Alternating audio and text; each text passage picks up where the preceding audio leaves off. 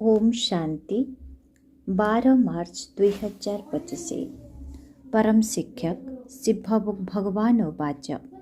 मीठे बच्चे, बाबा वर्तमान तुमर पालना करुछन्ति, पाठ पढ़ाउछन्ति, घरे बसी राय देउछन्ति।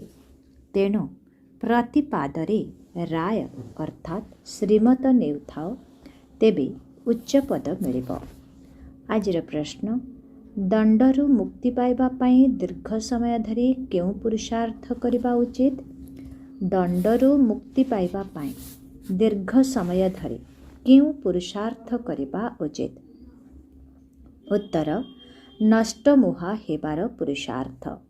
काहा सहित मध्य ममत्व न रहो। निज मन को पचारिबा उचित, मोर काहा प्रति मोह नाही त? कौनसी भी पुराणा संबंध अंत समय रे मने न पड़ो। जोगबल द्वारा सबु हिसाब किताब को चुक्त करने को हेबो, तेबे जाई बिना दंडरे उच्च पद मिलिब। ओम शांति। एबे तुमे काहा सम्मुखरे बसिछ? बाप दादांकर सम्मुखरे। बाबा भी कहिबाकू पड़िबो, ता सहित दादा मध्य कहिबाकू पड़िबो। बाबा मध्य एही दादांक शरीर आधार रे तुम सम्मुखरे बसिछन्ति। तुमे बाहरे रहुथिले मध्य सेठारे बाबांकू याद करिबाकू पड़िथाए, चिट्ठी लेखिबाकू पड़िथाए। एठारे तुमे सम्मुखरे अछ, कथावार्ता हेउछ काहा सहित? बापदादांक सहित। एही दुई जण हेउछन्ति सर्वोच्च अधिकारी। ब्रह्मा हेले साकार एवं शिव हेउछन्ति निराकार। एबे तुमे जानुछ सर्वोच्च अधिकारी बाबांक सहित किपरि मिसिबाकू हुए। बेहदर बाबा जाहांकू पतित पावन कही डाकुछन्ति, एबे साकारे तुमे तांक सम्मुखरे बसिछ। बाबा पिलामानंकर पालना करुछन्ति, पाठ पढ़ाउछन्ति।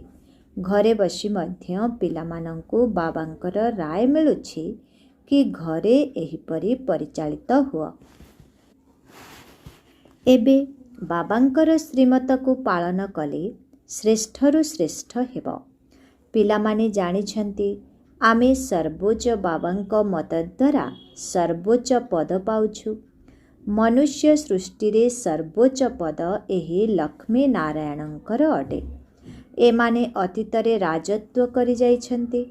मनुष्य जाई सेही श्रेष्ठ देवी देवता मानंकु नमस्कार करुछि।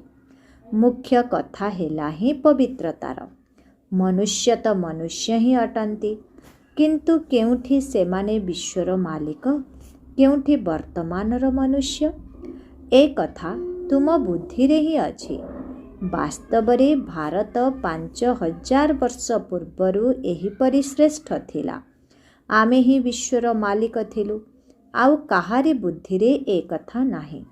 ये ब्रह्मांकु मध्य ए ज्ञान नथिला, बिल्कुल घोर अंधकार रे थिले। वर्तमान बाबा आसी कहुछन्ति ब्रह्मारु विष्णु, विष्णुरु ब्रह्मा किपरि होइथांती। एहा बहुत गुप्त रमणीय कथा अटे, जाहाकू आउ केही बुझी पारिबे नाही। बाबांक बिना एही ज्ञान केही पढ़ाई पारिबे नाही। निराकार बाबा आसी पढ़ाउछन्ति। कृष्ण भगवान उवाच नुहे, बाबा कहुछन्ति मु तुमको पढ़ाई सुखी कराउछि, पुणी मु निजर निर्वाण धाम को चली आसुछि। एबे तुमे संतान माने सतो प्रधान हेउछ। एथिरे तुमर किछि हेले खर्च हेउ नाही। केवल निजको आत्मा भावी बाबांकु याद करिबाकू हेबो। पैसाटिए खर्च न करी मध्य बिना कौड़ी खर्चरे 21 जन्म पाई तुमे विश्वर मालिक हेउछ। पिलामाने पाई पैसा अर्थात अल्प किछि धन पठाई देउछन्ति, ताहा मध्य निजर भविष्यत गढ़िबा पाई। कल्प पूर्वरु जिए जेतिकी बाबांक भंडार रे पकाई थिले, एबे मध्य सेतिकी पकाइबे, ना अधिक ना कम पकाई पारिबे। एही ज्ञान तुम बुद्धि रे अछि। ସେଥିପାଇଁ ଚିନ୍ତାର କୌଣସି କଥା ହିଁ ନାହିଁ। କୌଣସି ଚିନ୍ତା ନ କରି ଆମେ ନିଜର ଗୁପ୍ତ ରାଜଧାନୀ ସ୍ଥାପନ କରୁଛୁ। ଏହା ବୁଦ୍ଧିରେ ସ୍ମରଣ କରିବା ଉଚିତ। ତୁମ ପିଲାମାନଙ୍କୁ ବହୁତ ଖୁସିରେ ରହିବା ଦରକାର ଏବଂ ନଷ୍ଟ ମୁହା ମଧ୍ୟ ହେବାକୁ ପଡ଼ିବ। ଏଠାରେ ନଷ୍ଟ ମୁହା ହେବା ଦ୍ୱାରା ପୁଣି ସେଠାରେ ମୋହଜିତ ରାଜାରାଣୀ ହେବ। ତୁମେ ଜାଣିଛ ଏହି ପୁରୁଣା ଦୁନିଆ ତ ଏବେ ବିନାଶ ହୋଇଯିବ। ଏବେ ଘରକୁ ଯିବାକୁ ହେବ।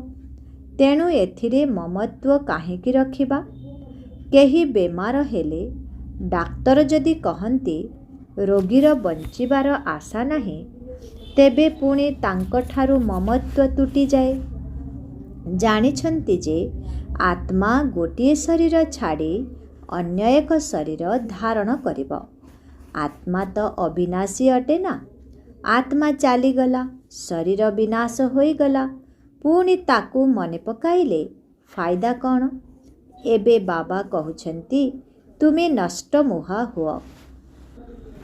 ନିଜ ମନକୁ ପଚାରିବାକୁ ହେବ, ମୋର କାହା ପ୍ରତି ମୋହ ନାହିଁ ତ? ନଚେତ୍ ଶେଷ ସମୟରେ ତାଙ୍କ କଥା ନିଶ୍ଚିତ ମନେ ପଡ଼ିବ। ନଷ୍ଟ ମୁହା ହେଲେ ହିଁ ଏହି ଉଚ୍ଚ ପଦ ପାଇବ। ସ୍ୱର୍ଗକୁ ତ ପିଲାମାନେ ସମସ୍ତେ ଯିବେ, ଏହା କୌଣସି ବଡ଼ କଥା ନୁହେଁ। ବଡ଼ କଥା ହେଲା ଦଣ୍ଡ ଭୋଗ ନ କରି ଉଚ୍ଚ ପଦ ପାଇବା। ଯୋଗବଳ ଦ୍ୱାରା ହିସାବ କିତାବକୁ ଚୁକ୍ତ କଲେ ଦଣ୍ଡ ପାଇବ ନାହିଁ। ପୁରୁଣା ସମ୍ବନ୍ଧୀ ମଧ୍ୟ ମନେ ନ ପଡ଼ନ୍ତୁ। ଏବେ ତ ଆମର ବ୍ରାହ୍ମଣମାନଙ୍କ ସହିତ ସମ୍ପର୍କ ରହିଛି, ପୁଣି ଦେବତାମାନଙ୍କ ସହିତ ଆମର ସମ୍ବନ୍ଧ ହେବ। ବର୍ତ୍ତମାନର ସମ୍ପର୍କ ସବୁଠାରୁ ଶ୍ରେଷ୍ଠ ଅଟେ। ଏବେ ତୁମେ ଜ୍ଞାନ ସାଗର ବାବାଙ୍କର ହୋଇଛ। ସମସ୍ତ ଜ୍ଞାନ ବୁଦ୍ଧିରେ ଅଛି। ଆଗରୁ କ'ଣ ଜାଣିଥିଲ କି ଏହି ସୃଷ୍ଟିଚକ୍ର କିପରି ଘୁରୁଛି? ଏବେ ସେସବୁ ବାବା ବୁଝାଉଛନ୍ତି। ବାବାଙ୍କ ଠାରୁ ସମ୍ପତ୍ତି ମିଳୁଛି, ସେଥିପାଇଁ ତ ବାବାଙ୍କ ସହିତ ସ୍ନେହ ରହିଛି ନା। ବାବାଙ୍କ ଦ୍ୱାରା ସ୍ୱର୍ଗର ବାଦଶାହୀ ମିଳୁଛି। ତାଙ୍କର ଏହି ରଥ ନିର୍ଦ୍ଧାରିତ ଅଟେ। ଭାରତରେ ହିଁ ଭାଗୀରଥ ଅର୍ଥାତ୍ ଯିଏ ଧରାକୁ ଗଙ୍ଗା ଆଣିଥିଲେ, ତାଙ୍କର ଗାୟନ ରହିଛି। ବାବା ଭାରତକୁ ହିଁ ଆସୁଛନ୍ତି। ତୁମ ପିଲାମାନଙ୍କ ବୁଦ୍ଧିରେ ଏବେ 84 ଜନ୍ମର ଉତ୍ଥାନ ପତନର ଜ୍ଞାନ ରହିଛି। ତୁମେ ଜାଣିଛ ଏହି 84 ଜନ୍ମର ଚକ୍ରକୁ ଆମକୁ ପୂରା କରିବାକୁ ହେବ। 84 ଚକ୍ରରୁ ତୁମେ ମୁକୁଳି ପାରିବ ନାହିଁ। ତୁମେ ଜାଣିଛ କି ସିଡ଼ି ଓହ୍ଲାଇବାରେ ବହୁତ ସମୟ ଲାଗୁଛି। ଚଢ଼ିବା ପାଇଁ କେବଳ ଏହି ଗୋଟିଏ ଅନ୍ତିମ ଜନ୍ମ ଲାଗୁଛି। ସେଥିପାଇଁ କୁହାଯାଉଛି ତୁମେ ତ୍ରିଲୋକୀନାଥ ତ୍ରିକାଳଦର୍ଶୀ ହେଉଛ। ପୂର୍ବରୁ ତୁମେ କ'ଣ ଜାଣିଥିଲ କି ଆମେ ତ୍ରିଲୋକୀନାଥ ହେବୁ? ଏବେ ବାବା ମିଳିଛନ୍ତି, ଶିକ୍ଷା ଦେଉଛନ୍ତି, ତେବେ ଯାଇ ତୁମେ ବୁଝୁଛ। ବାବାଙ୍କ ପାଖକୁ କେହି ଆସିଲେ ବାବା ପଚାରନ୍ତି, ଆଗରୁ ଏହି ପୋଷାକରେ ଏହି ଘରେ କେବେ ମିଶିଥିଲ? କହିଥାନ୍ତି, ହଁ ବାବା, କଳ୍ପ କଳ୍ପ ମିଶୁଛୁ। ତେବେ ବୁଝାଯାଏ ବ୍ରହ୍ମା କୁମାରୀ ଠିକ୍ ବୁଝାଇଛନ୍ତି। ଏବେ ତୁମେମାନେ ସ୍ୱର୍ଗର ବୃକ୍ଷକୁ ସମ୍ମୁଖରେ ଦେଖୁଛ। ସ୍ୱର୍ଗର ନିକଟରେ ଅଛ ନା? ମନୁଷ୍ୟମାନେ ଭଗବାନଙ୍କ ପାଇଁ କହୁଛନ୍ତି ନାମ ରୂପରୁ ନିଆରା ଅଟନ୍ତି। ତେବେ ପୁଣି ପିଲାମାନେ କେଉଁଠୁ ଆସିବେ? ତେବେ ସେମାନେ ମଧ୍ୟ ନାମ ରୂପରୁ ନିଆରା ହୋଇଯାଆନ୍ତୁ। ଯେଉଁ କଥା ସବୁ କହୁଛନ୍ତି ତାହା ବିଲକୁଲ ଭୁଲ। ଯିଏ କଳ୍ପ ପୂର୍ବରୁ ବୁଝିଥିବେ ତାଙ୍କ ବୁଦ୍ଧିରେ ହିଁ ଧାରଣା ହେବ। ପ୍ରଦର୍ଶନୀକୁ ଦେଖ, କେତେ ପ୍ରକାରର ଆତ୍ମା ଆସୁଛନ୍ତି। କେହି ତ ଶୁଣିଥିବା କଥା ଅନୁସାରେ ଲେଖିଦେଉଛନ୍ତି କି ଏସବୁ କଳ୍ପନା ଅଟେ। ତେବେ ଏଥିରୁ ବୁଝାଯାଏ ଇଏ ଆମ କୁଳର ନୁହନ୍ତି। ଅନେକ ପ୍ରକାରର ମନୁଷ୍ୟ ଅଛନ୍ତି। ତୁମ ବୁଦ୍ଧିରେ ସାରା ବୃକ୍ଷ, ଡ୍ରାମା ଓ 84ର ଚକ୍ର ଆସିଯାଉଛି। ଏବେ ପୁରୁଷାର୍ଥ କରିବାକୁ ହେବ। ତାହା ମଧ୍ୟ ଡ୍ରାମା ଅନୁସାରେ ହିଁ ହୋଇଥାଏ। ଡ୍ରାମାରେ ସବୁକିଛି ନିର୍ଦ୍ଧାରିତ ହୋଇ ରହିଛି। ଏପରି ବି ନୁହେଁ ଯେ ଡ୍ରାମାରେ ପୁରୁଷାର୍ଥ କରିବାକୁ ଥିଲେ କରିବୁ, ଏହା କହିବା ଭୁଲ। ଯେଉଁମାନେ ଏହାକୁ ସମ୍ପୂର୍ଣ୍ଣ ରୂପେ ବୁଝି ନାହାନ୍ତି ତାଙ୍କୁ ପୁଣି ନାସ୍ତିକ କୁହାଯାଉଛି। ସେମାନେ ବାବାଙ୍କ ସହିତ ପୂର୍ଣ୍ଣ ରୂପେ ପ୍ରୀତି ରଖିପାରିବେ ନାହିଁ। ଡ୍ରାମାର ରହସ୍ୟକୁ ଓଲଟା ବୁଝିବା ଦ୍ୱାରା ଉନ୍ନତି ହେଉନାହିଁ। ଏଥିରୁ ବୁଝାଯାଏ ଏହାଙ୍କର ଭାଗ୍ୟରେ ନାହିଁ। ବିଘ୍ନ ତ ଅନେକ ପ୍ରକାରର ଆସିବ। ବିଘ୍ନକୁ ଖାତିରି କରିବାର ନାହିଁ। ବାବା କହୁଛନ୍ତି, ଯେଉଁ ଭଲ କଥା ତୁମକୁ ଶୁଣାଉଛି ତାହା ଶୁଣ। ବାବାଙ୍କୁ ୟାଦ କରିବା ଦ୍ୱାରା ବହୁତ ଖୁସି ରହିବ। ବୁଦ୍ଧିରେ ଅଛି ଏବେ 84 ଜନ୍ମର ଚକ୍ର ପୂରା ହେଉଛି। ଏବେ ନିଜ ଘରକୁ ଯିବାକୁ ହେବ। ଏହିପରି ନିଜ ସହିତ କଥା ହେବା ଦରକାର। ତୁମେ ପତିତ ଅବସ୍ଥାରେ ତ ଯାଇପାରିବ ନାହିଁ। ତେଣୁ ପ୍ରଥମେ ନିଶ୍ଚିତ ବର ଯିବା ଦରକାର। ବର ପଛରେ ବରଯାତ୍ରୀ ଯିବେ। ଭୋଳାନାଥଙ୍କର ବରଯାତ୍ରୀ ବୋଲି ଗାୟନ ରହିଛି। ସମସ୍ତଙ୍କୁ କ୍ରମାନୁସାରେ ତ ଯିବାକୁ ହେବ। ଏତେ ଆତ୍ମାମାନଙ୍କର ଦଳ କିପରି କ୍ରମାନୁସାରେ ଯାଉଥିବେ? ମନୁଷ୍ୟ ପୃଥିବୀ ଉପରେ କେତେ ଜାଗା ନେଉଛନ୍ତି, କେତେ ଆସବାବପତ୍ର ସମ୍ପତ୍ତି ଆଦି ଦରକାର ହେଉଛି। ଆତ୍ମା ତ ବିନ୍ଦୁ ଅଟେ। ଆତ୍ମାକୁ କ'ଣ ଦରକାର?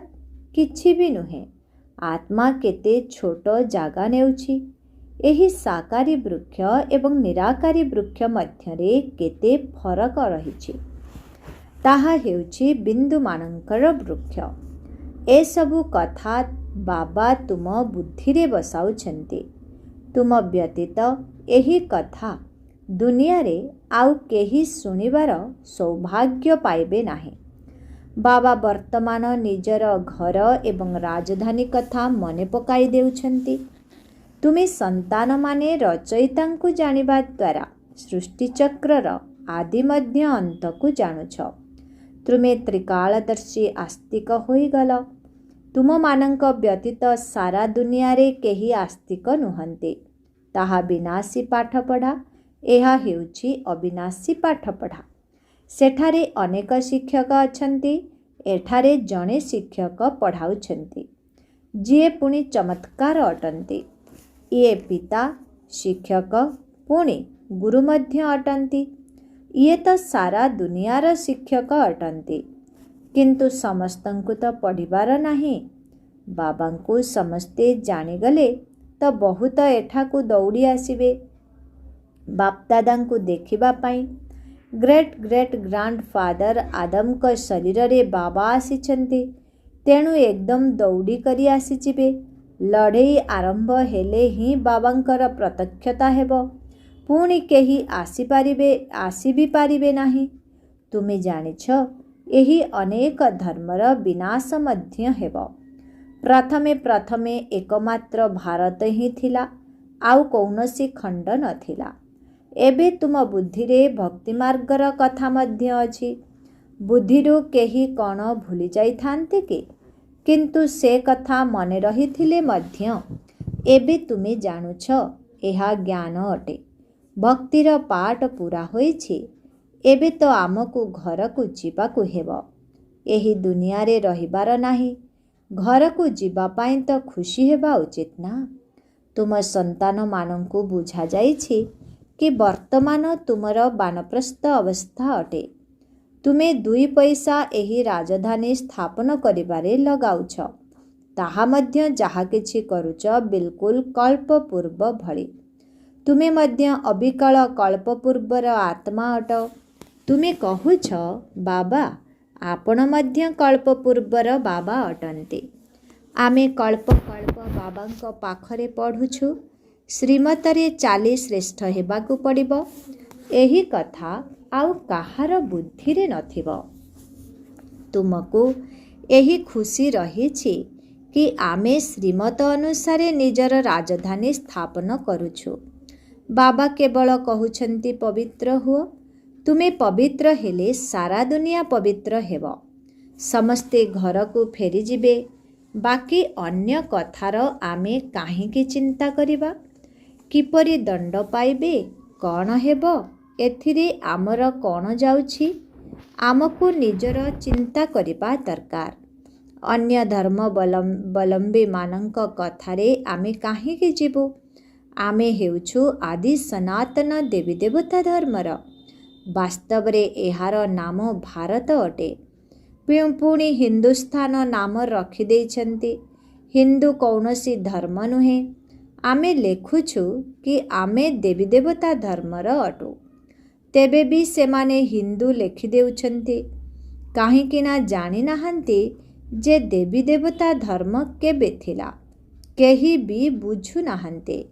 ବର୍ତ୍ତମାନ ଏତେ ବ୍ରହ୍ମା କୁମାର କୁମାରୀ ଅଛନ୍ତି। ଏହା ତ ପରିବାର ହୋଇଗଲା ନା, ଘର ହୋଇଗଲା ନା। ବ୍ରହ୍ମା ତ ହେଉଛନ୍ତି ପ୍ରଜାପିତା, ସମସ୍ତଙ୍କର ଗ୍ରେଟ୍ ଗ୍ରେଟ୍ ଗ୍ରାଣ୍ଡଫାଦର। ପ୍ରଥମେ ତୁମେ ବ୍ରାହ୍ମଣ ହେଉଛ, ପରେ ଅନ୍ୟ ସବୁ ବର୍ଣ୍ଣରେ ଆସୁଛ।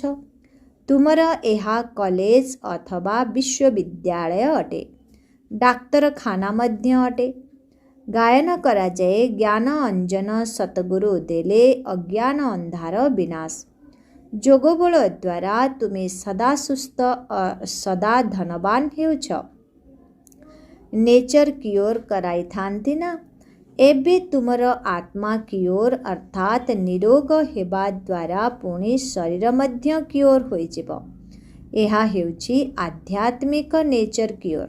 ସ୍ୱାସ୍ଥ୍ୟ, ସମ୍ପତ୍ତି, ଖୁସି 21 ଜନ୍ମ ପାଇଁ ମିଳୁଛି। ଉପରେ ନାମ ଲେଖିଦିଅ, ରୁହାନୀ ନେଚର କିଓର। ମନୁଷ୍ୟଙ୍କୁ ପବିତ୍ର କରାଇବାର ଉପାୟ ଲେଖିବାରେ କୌଣସି ଆପତ୍ତିର କଥା ନାହିଁ। ଆତ୍ମା ହିଁ ପତିତ ହୋଇଛି, ସେଥିପାଇଁ ତ ଡାକୁଛନ୍ତି ନା। ଆତ୍ମା ପ୍ରଥମେ ସତୋପ୍ରଧାନ ପବିତ୍ର ଥିଲା, ପୁଣି ଅପବିତ୍ର ହୋଇଗଲା, ପୁଣି ପବିତ୍ର କିପରି ହେବ? ଭଗବାନ ଉବାଚ ମନ୍ମନା ଭବ। ମୋତେ ମନେ ପକାଅ, ତେବେ ମୁଁ ଗ୍ୟାରେଣ୍ଟି ଦେଉଛି ତୁମେ ପବିତ୍ର ହୋଇଯିବ। ବାବା କେତେ ଉପାୟମାନ ବତାଉଛନ୍ତି। ଏହିପରି ବୋର୍ଡ଼ ସବୁ ଲଗାଅ, କିନ୍ତୁ କେହି ମଧ୍ୟ ଏପରି ବୋର୍ଡ଼ ଲଗାଇ ନାହାନ୍ତି। ମୁଖ୍ୟ ମୁଖ୍ୟ ଚିତ୍ର ସବୁ ରଖ। ଭିତରକୁ କେହି ବି ଆସିଲେ କୁହ ତୁମେ ଆତ୍ମା ପରମଧାମର ନିବାସୀ ଅଟ। ଏଠାରେ ଏହି କର୍ମେନ୍ଦ୍ରିୟ ମିଳିଛି ଅଭିନୟ କରିବା ପାଇଁ। ଏହି ଶରୀର ତ ବିନାଶୀ ଅଟେ ନା। ବାବାଙ୍କୁ ମନେ ପକାଇଲେ ବିକର୍ମ ବିନାଶ ହେବ। ଏବେ ତୁମର ଆତ୍ମା ଅପବିତ୍ର ହୋଇଯାଇଛି, ପୁଣି ପବିତ୍ର ହୋଇଗଲେ ଘରକୁ ଚାଲିଯିବ। ବୁଝାଇବା ତ ବହୁତ ସହଜ ଅଟେ। ଯିଏ କଳ୍ପ ପୂର୍ବର ଆତ୍ମା ହୋଇଥିବେ ସେହିମାନେ ହିଁ ଆସି କଣ୍ଟାରୁ ଫୁଲ ହେବେ। ଏଥିରେ ଡରିବାର କୌଣସି କଥା ନାହିଁ। ତୁମେ ତ ଭଲ କଥା ସବୁ ଲେଖୁଛ। ସେହି ଗୁରୁମାନେ ମଧ୍ୟ ମନ୍ତ୍ର ଦେଇଥାନ୍ତି। ବାବା ମଧ୍ୟ ମନ୍ମନା ଭବର ମନ୍ତ୍ର ଦେଇ ପୁଣି ରଚୟିତା ଏବଂ ରଚନାର ରହସ୍ୟ ବୁଝାଉଛନ୍ତି। ଗୃହସ୍ଥ ବ୍ୟବହାରରେ ରହି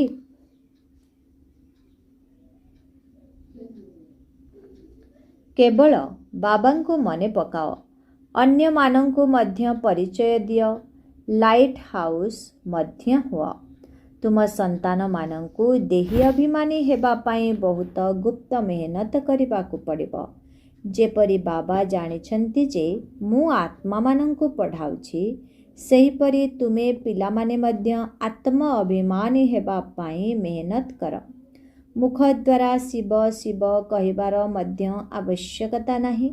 ନିଜକୁ ଆତ୍ମା ଭାବି ବାବାଙ୍କୁ ୟାଦ କରିବାକୁ ହେବ, କାହିଁକି ନା ମୁଣ୍ଡ ଉପରେ ବହୁତ ପାପର ବୋଝ ରହିଛି। ୟାଦ କରିବା ଦ୍ୱାରା ହିଁ ତୁମେ ପବିତ୍ର ହୋଇଯିବ। କଳ୍ପ ପୂର୍ବରୁ ଯେଉଁମାନେ ଯେପରି ଯେପରି ବର୍ଷା ନେଇଥିବେ, ସେହିମାନେ ହିଁ ନିଜ ନିଜର ସମୟରେ ବର୍ଷା ନେବେ। କିଛି ହେଲେ ଅଦଳ ବଦଳ ହୋଇପାରିବ ନାହିଁ। ମୁଖ୍ୟ କଥା ହେଉଛି ଦେହୀ ଅଭିମାନୀ ହୋଇ ବାବାଙ୍କୁ ୟାଦ କରିବା। ତେବେ ମାୟାର ଚାପୁଡ଼ା ଖାଇବ ନାହିଁ। ଦେହ ଅଭିମାନରେ ଆସିଲେ କିଛି ନା କିଛି ବିକର୍ମ ହେବ, ପୁଣି 100 ଗୁଣା ପାପ ହୋଇଯିବ। ସିଡ଼ି ଓହ୍ଲାଇବା ପାଇଁ 84 ଜନ୍ମ ଲାଗିଛି। ଏବେ ପୁଣି ଚଢ଼ିବାର କଳା ଅର୍ଥାତ୍ ଉନ୍ନତିର କଳା ଏହି ଗୋଟିଏ ଜନ୍ମରେ ହିଁ ହେଉଛି। ବାବା ଆସିଥିବାରୁ ଲିଫ୍ଟର ମଧ୍ୟ ଉଦ୍ଭାବନ ହୋଇଛି। ପୂର୍ବରୁ ତ ଅଣ୍ଟାରେ ହାତ ଦେଇ ସିଡ଼ି ଚଢ଼ୁଥିଲେ, ଏବେ ସହଜ ହେବା ପାଇଁ ଲିଫ୍ଟ ବାହାରିଗଲାଣି। ଏହା ମଧ୍ୟ ଲିଫ୍ଟ ଅଟେ, ଯାହାକି ଗୋଟିଏ ସେକେଣ୍ଡରେ ମୁକ୍ତି ଏବଂ ଜୀବନ ମୁକ୍ତିକୁ ଯାଉଛ। ଜୀବନ ବନ୍ଧନ ପର୍ଯ୍ୟନ୍ତ ଆସିବା ପାଇଁ 5000 ବର୍ଷ ବା 84 ଜନ୍ମ ଲାଗୁଛି। ଜୀବନ ମୁକ୍ତି ବା ସ୍ୱର୍ଗକୁ ଯିବା ପାଇଁ ଗୋଟିଏ ଜନ୍ମ ଲାଗୁଛି। କେତେ ସହଜ ଅଟେ। ତୁମଠାରୁ ମଧ୍ୟ ଯିଏ ପଛରେ ଆସିବେ ସେ ମଧ୍ୟ ତୁରନ୍ତ ଚଢ଼ିଯିବେ। ବୁଝିବେ ଯେ ହଜିଯାଇଥିବା ଜିନିଷ ବାବା ଦେବାକୁ ଆସିଛନ୍ତି। ତାଙ୍କ ମତରେ ନିଶ୍ଚିତ ପରିଚାଳିତ ହେବୁ। ଆଚ୍ଛା, ମିଠେ ମିଠେ ଶିଖିଲାଧେ ସନ୍ତାନମାନଙ୍କ ପ୍ରତି ମାତୃପିତା ବାପଦାଦାଙ୍କର ମଧୁର ସ୍ନେହ ସମ୍ପନ୍ନ ଶୁଭେଚ୍ଛା ଏବଂ ସୁପ୍ରଭାତ। ଆତ୍ମିକ ପିତାଙ୍କର ଆତ୍ମିକ ସନ୍ତାନମାନଙ୍କୁ ନମସ୍ତେ। ଆତ୍ମିକ ସନ୍ତାନମାନଙ୍କର ଆତ୍ମିକ ପିତାଙ୍କୁ ଓମ୍ ଶାନ୍ତି। ନମସ୍ତେ ନମସ୍ତେ ନମସ୍ତେ। ଶୁକ୍ରିୟା ବାବା, ଶୁକ୍ରିୟା। ଓମ୍ ଶାନ୍ତି। ଧାରଣା ପାଇଁ ମୁଖ୍ୟ ସାର 1 ନମ୍ବର, କୌଣସି ଚିନ୍ତା ନ କରି ଶ୍ରୀମତ ଆଧାରରେ ନିଜର ଗୁପ୍ତ ରାଜଧାନୀ ସ୍ଥାପନ କରିବାକୁ ହେବ। ବିଘ୍ନ ପାଇଁ ଚିନ୍ତା କରିବାର ନାହିଁ। ବୁଦ୍ଧିରେ ରହୁ ଯେ କଳ୍ପ ପୂର୍ବରୁ ଯେଉଁମାନେ ସହଯୋଗ ଦେଇଥିଲେ ସେମାନେ ଏବେ ମଧ୍ୟ ନିଶ୍ଚିତ କରିବେ, ତେଣୁ ଚିନ୍ତାର କୌଣସି କଥା ନାହିଁ। 2 ନମ୍ବର, ସବୁବେଳେ ଏହି ଖୁସିରେ ରୁହ ଯେ ଏବେ ଆମର ବାନପ୍ରସ୍ଥ ଅବସ୍ଥା ଅଟେ। ଆମେ ଘରକୁ ଫେରୁଛୁ, ତେଣୁ ଆତ୍ମ ଅଭିମାନୀ ହେବାର ବହୁତ ଗୁପ୍ତ ମେହନତ କରିବାକୁ ହେବ। କୌଣସି ବିକର୍ମ କରିବାର ନାହିଁ। ବରଦାନ, ଯେକୌଣସି ପ୍ରକାରର ବିକରାଳ ସମସ୍ୟାକୁ ଶୀତଳ କରୁଥିବା ସମ୍ପୂର୍ଣ୍ଣ ନିଶ୍ଚୟ ବୁଦ୍ଧି ହୁଅ। ଯେକୌଣସି ପ୍ରକାରର ବିକରାଳ ସମସ୍ୟାକୁ ଶୀତଳ କରୁଥିବା ସମ୍ପୂର୍ଣ୍ଣ ନିଶ୍ଚୟ ବୁଦ୍ଧି ହୁଅ। ଯେପରି ବାବାଙ୍କ ଉପରେ ନିଶ୍ଚୟ ରହିଛି, ସେହିପରି ନିଜ ଉପରେ ତଥା ଡ୍ରାମା ଉପରେ ମଧ୍ୟ ନିଶ୍ଚୟ ରହିବା ଦରକାର। ନିଜ ଭିତରେ ଯଦି କୌଣସି ଦୁର୍ବଳତାର ସଂକଳ୍ପ ଉତ୍ପନ୍ନ ହେବ, ତେବେ ଦୁର୍ବଳତାର ସଂସ୍କାର ତିଆରି ହୋଇଯିବ। ସେଥିପାଇଁ ବ୍ୟର୍ଥ ସଂକଳ୍ପ ରୂପୀ ଜୀବାଣୁଗୁଡ଼ିକୁ ନିଜ ଭିତରକୁ ପ୍ରବେଶ କରିବାକୁ ଦିଅ ନାହିଁ। ଏହା ସହିତ ଡ୍ରାମାରେ ଯାହା ବି ଦୃଶ୍ୟ ଦେଖୁଛ, ହଲଚଲ ହେବାର ସିନ୍ରେ ମଧ୍ୟ କଲ୍ୟାଣର ଅନୁଭବ ହେଉ। ବାତାବରଣ ହଲଚଲ କରିବା ଭଳି ହୋଇଥିବ, ସମସ୍ୟା ବିକରାଳ ହୋଇଥିବ, କିନ୍ତୁ ସେଥିରେ ମଧ୍ୟ ସର୍ବଦା ନିଶ୍ଚୟ ବୁଦ୍ଧି ହୁଅ। ତେବେ ବିକରାଳ ସମସ୍ୟା ଗୁଡ଼ିକ ମଧ୍ୟ ଶୀତଳ ହୋଇଯିବ। ଆଜିର ସ୍ଲୋଗାନ, ଅବିନାଶୀ ରଙ୍ଗର ସଚ୍ଚା ହୋଲି ଦ୍ୱାରା ବାବାଙ୍କ ସମାନ ସ୍ଥିତିର ଅନୁଭବୀ ହୁଅ। ଅବିନାଶୀ ରଙ୍ଗର ସଚ୍ଚା ହୋଲି ଦ୍ୱାରା ବାବାଙ୍କ ସମାନ ସ୍ଥିତିର ଅନୁଭବୀ ହୁଅ। ଅବ୍ୟକ୍ତ ଇଶାରା, ସତ୍ୟତା ଏବଂ ସଭ୍ୟତା ରୂପୀ ସଂସ୍କୃତିକୁ ଆପଣାଉ। 12 ନମ୍ବର, ଯେପରି ପରମାତ୍ମା ଏକ ଅଟନ୍ତି, ଏହା ସମସ୍ତ ଭିନ୍ନ ଭିନ୍ନ ଧର୍ମାବଲମ୍ବୀମାନଙ୍କର ମାନ୍ୟତା ଅଟେ। ସେ ଏହିପରି ଯଥାର୍ଥ ସତ୍ୟ ଜ୍ଞାନ କେବଳ ଏକ ବାବାଙ୍କର ଅଟେ ଅଥବା ଗୋଟିଏ ହିଁ ରାସ୍ତା ଅଟେ। ଯେତେବେଳେ ଏହି କଥା ସବୁଆଡ଼େ ପ୍ରଚାରିତ ହୋଇଯିବ, ସେତେବେଳେ ଆତ୍ମାମାନଙ୍କର ଅନେକ କୁଟାଗୁଡ଼ିକର ସାହାରା ଗୁଡ଼ିକ ପଛରେ ଭଟକିବା ବନ୍ଦ ହେବ। ବାବା କହୁଛନ୍ତି,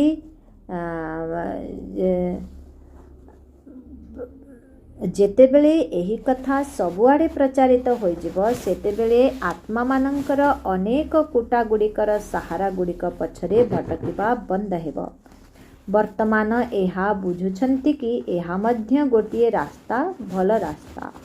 କିନ୍ତୁ ଶେଷରେ ଏକ ବାବାଙ୍କର ଗୋଟିଏ ପରିଚୟ, ଗୋଟିଏ ହିଁ ରାସ୍ତା ରହିଛି। ଏହି ସତ୍ୟତାର ପରିଚୟର ବା ସତ୍ୟ ଜ୍ଞାନର ଶକ୍ତିର ତରଙ୍ଗ ଖେଳାଇ ଦିଅ। ତାହା ହେଲେ ପ୍ରତ୍ୟକ୍ଷତାର ପତାକା ତଳେ ସମସ୍ତ ଆତ୍ମାମାନେ ସାହାରା ନେଇପାରିବେ। ଆଚ୍ଛା, ଓମ୍ ଶାନ୍ତି।